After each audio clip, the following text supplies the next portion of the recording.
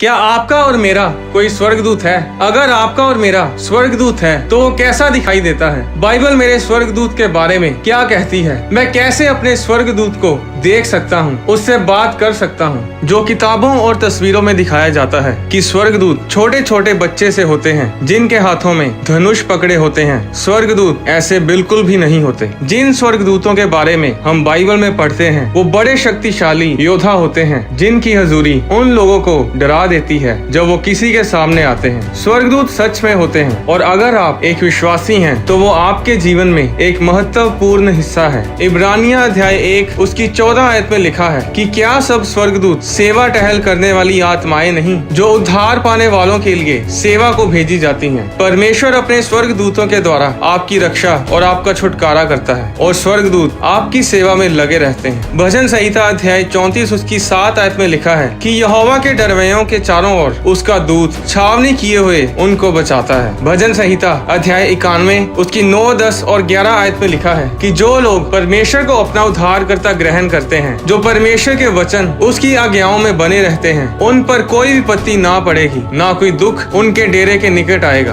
क्योंकि परमेश्वर अपने दूतों को उनके निमित्त आज्ञा देगा कि जहाँ कहीं वे जाएं, स्वर्गदूत उनकी रक्षा करें। इसमें ये नहीं लिखा कि परमेश्वर अपने एक दूत को आज्ञा देगा कि वे तुम्हारी रक्षा करें। इसमें लिखा है कि परमेश्वर अपने दूतों को आज्ञा देगा कि वे आपकी रक्षा करें। 2 राजा उसके 19 अध्याय में हम पढ़ते हैं कि जब अशूरियों का राजा सेनाक्रेब परमेश्वर के लोगों के खिलाफ आ खड़ा हुआ तो परमेश्वर ने अपने दूत को भेजा और उस दूत ने रातों रात अशूरियों की छावनी में 1,85,000 पुरुषों को मारा। और भोर को जब लोग उठे तब देखा कि सब तरफ लाशें ही लाशें पड़ी हैं। तब अशूर का राजा वापस लौट गया। वो राजा नगर में प्रवेश तो क्या, एक तीर भी परमेश्वर के लोगों के खिलाफ मार नहीं पाया। जरा सोचिए कि एक स्वर्गदूत एक रात में 1,85,000 पुरुष मारने की ताकत रखता है तो दूतों का दल कितने लाख मार सकता है। जरा सोचिए कि कितने सुरक्षित हैं आप, कितना प्यार परमेश्वर आपसे करता है। स्वर्गदूत हमेशा आपकी सेवा में हाजिर रहते हैं पर आप उन्हें आत्मिक आंखों से ही देख सकते हैं। और यही बात अलीशा अपने दास को बता रहा था जब उन्हें अरामी सेना ने घेर लिया था। 2 राजा अध्याय 6 में हम पढ़ते हैं कि एक बार परमेश्वर के दास अलीशा को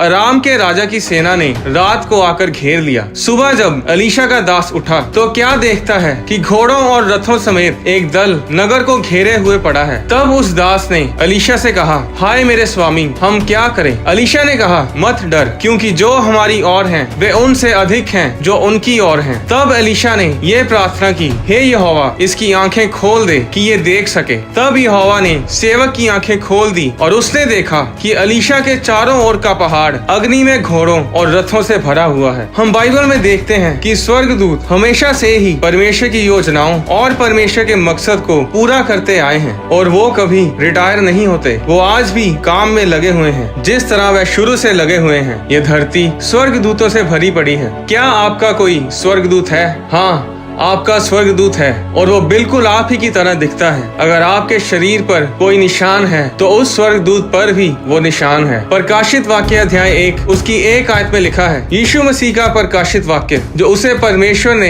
इसलिए दिया कि अपने दासों को वे बातें जिनका शीघ्र होना अवश्य है दिखाए। और उसने अपने स्वर्गदूत को भेजकर उसके द्वारा अपने दास यूहन्ना को बताया जिसने परमेश्वर के वचन और यीशु मसीह की गवाही अर्थात जो कुछ उसने देखा था उसकी गवाही दी। इस वचन में लिखा है कि यीशु मसीह ने अपने स्वर्गदूत को भेजा कि वो यूहन्ना को उन बातों के बारे बताए जिनका शीघ्र होना अवश्य है। इसमें यीशु मसीह यूहन्ना के पास नहीं आए बल्कि यीशु मसीह ने अपने स्वर्गदूत को यूहन्ना के पास भेजा। पर जब यूहन्ना ने उस स्वर्गदूत को देखा तो उसने बताया कि वो परमेश्वर के पुत्र यानी यीशु मसीह के जैसा था। प्रकाशित वाक्य अध्याय 22 उसकी 9 आयत में जब यूहन्ना उसके पांव पर दंडवत करने के लिए गिर पड़ा तो स्वर्गदूत ने कहा, देख, ऐसा मत कर, क्योंकि मैं तेरा और तेरे भाई भविष्यद्वक्ताओं और इस पुस्तक की बातों को मानने वालों का संगी दास हूँ। परमेश्वर ही को दंडवत कर। अब आवाज तो यीशु मसीह ही की है, वचन भी यीशु मसीह के ही हैं कि मैं अल्फा और ओमेगा हूँ। पर वो स्वर्गदूत अल्फा ओमेगा नहीं है, वो बस यीशु मसीह के दिए हुए अधिकार से यीशु मसीह की जगह पर बात कर रहा था। प्रेरितों के काम अध्याय 12 उसकी 6 में लिखा, जब हेरोदेस पतरस को लोगों के सामने लाने को था, उसी रात पतरस जंजीरों से बंधा हुआ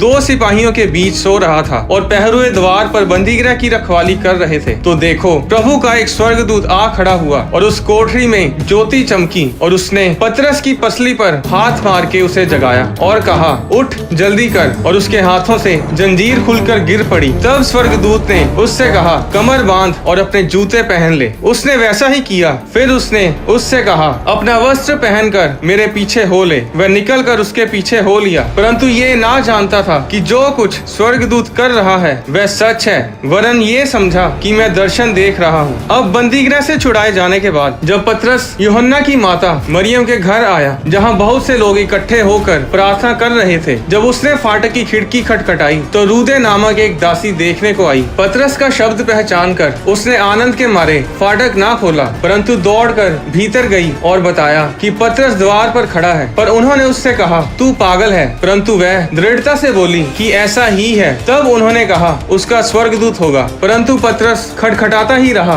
अतः उन्होंने खिड़की खोली और उसे देखकर चकित रह गए। क्यों कलीसिया ये बोलने लगी कि वो पतरस नहीं है, बल्कि पतरस का स्वर्गदूत है। पर जब दरवाजा खुलता है तो पतरस का स्वर्गदूत नहीं बल्कि पतरस ही होता है। इस वचन से हमें ये पता चलता है कि कलीसिया ने बहुत बार पतरस के स्वर्गदूत को देखा होगा। क्योंकि पतरस बंदीगृह में था, इसलिए कलीसिया ने उस दासी से कहा कि वो पतरस नहीं, पतरस का स्वर्गदूत है। पर वे उस समय ना जानते थे कि प्रभु किस रीति से पतरस को उस बंदीगृह से निकाल लाया है। आपका स्वर्गदूत आपके जैसा दिखता है, इसलिए जब किसी के सपने में कोई परमेश्वर का दास, पास्टर, अपोस्टल, प्रोफेट आते हैं तो वो पास्टर नहीं, वो पास्टर का, उस परमेश्वर के दास का स्वर्गदूत होता है। आपके साथ आपका स्वर्गदूत काम करता है, वो आपका है, वो आपकी पूरी उम्र तक आपके साथ रहेगा। मत्ती अध्याय 18 उसकी 10 आयत में लिखा है, देखो तुम इन छोटों में से किसी को तुच्छ ना जानना, क्योंकि मैं तुमसे कहता हूँ कि स्वर्ग में उनके दूत मेरे स्वर्गीय पिता का मुंह सदा देखते हैं। स्वर्गदूत महाशक्तिशाली होते हैं, पर वो सिर्फ यीशु नाम के आगे झुकते हैं। आप अपने स्वर्गदूतों को सिर्फ यीशु नाम में ही आज्ञा दे सकते हैं। जब आप यीशु मसीह के लहू को अपने ऊपर घोषित करते हैं, अपनी गाड़ियों को, अपने घरों को यीशु मसीह के लहू में छिपाते हैं, तब आप स्वर्गदूतों को एक्टिवेट करते हैं। जब आप बोलते हैं कि मैं स्वर्गदूतों को भेजता हूँ कि वो मेरे और मेरे परिवार की रक्षा करें, तब आप स्वर्गदूतों को काम पर लगाते हैं। इस समय भी आपका स्वर्गदूत आपके साथ, आपके कमरे में है। आप जहाँ कहीं भी हैं, वो आपके साथ है, इस इंतजार में कि वो आपकी रक्षा करे, आपकी सेवा टहल करे, ताकि आप परमेश्वर के मकसद को अपने जीवन में पूरा कर पाएं। पर क्या आप उस स्वर्गदूत को काम में लगा रहे हैं? सालों पहले पास्टर क्रेफ्लो डोलर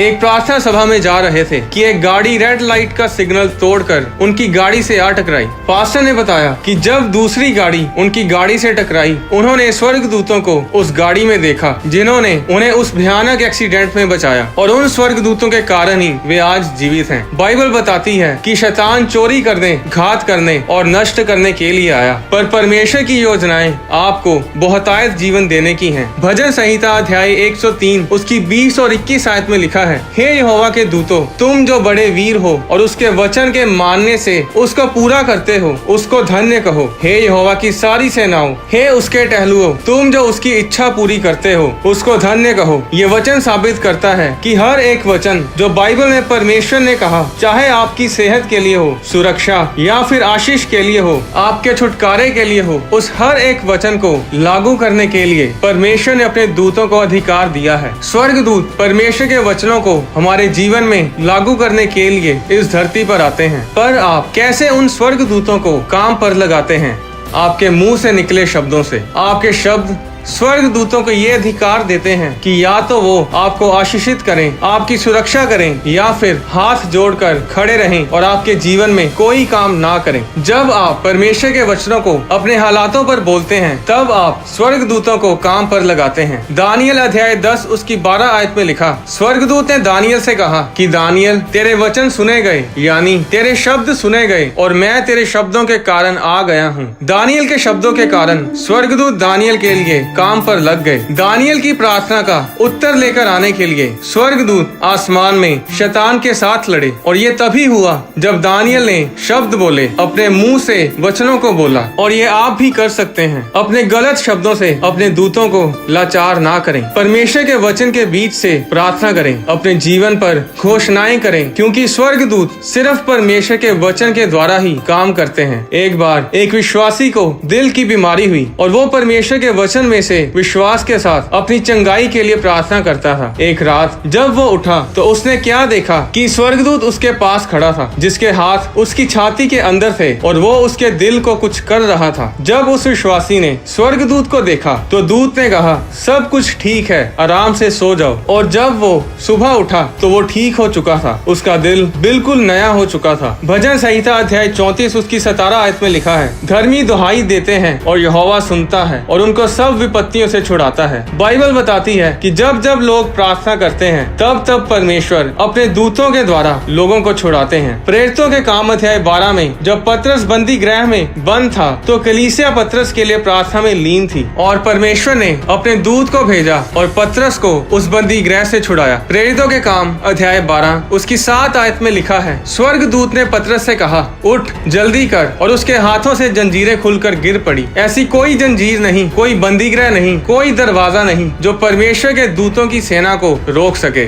अब इसका मतलब ये नहीं कि आप स्वर्ग दूतों को ढूंढने निकल पड़े, क्योंकि 2 कुरिन्थियों अध्याय 11 उसकी 14 में लिखा है कि शैतान आप भी ज्योतिर्मय स्वर्ग दूत का रूप धारण करता है। शैतान चालाक है और वो स्वर्ग दूत का रूप धारण करके आपको मूर्ख बना सकता है। आज बहुत से अच्छे विश्वासी इसलिए भी भटके हुए हैं क्योंकि उन्हें परमेश्वर की आवाज और शैतान की आवाज में अंतर नहीं पता। भजन संहिता अध्याय 138 उसकी 2 आयत में लिखा है कि परमेश्वर ने अपने वचन को अपने बड़े नाम से अधिक महत्व दिया है। परमेश्वर कभी भी अपने वचन से बाहर जाकर कुछ नहीं करता। अगर परमेश्वर ने अपने वचन में कहा कि अपने माता पिता की इज्जत करो तो तुम लंबी उम्र को पाओगे, तो परमेश्वर कभी भी आपसे ये नहीं कहेगा कि अपने माता पिता की इज्जत ना करो। कोई भी आवाज, कोई भी जन अगर आपको परमेश्वर के वचन के खिलाफ आपकी अगुवाई करता है तो वो परमेश्वर की ओर से नहीं है, वो शैतानी है। हर एक भविष्यवाणी, हर एक रेवलेशन की परमेश्वर के वचन में से पुष्टि करें, परमेश्वर के वचन में और परमेश्वर की पहचान में बढ़ें और प्रार्थना करें कि परमेश्वर मुझ पे जाहिर करें कि मैं कैसे स्वर्ग दूतों को काम पर लगा सकूं, जिन्हें आपने मेरे परिवार और मेरी सुरक्षा के लिए नियुक्त किया है। यीशु मसीह के नाम में आमीन।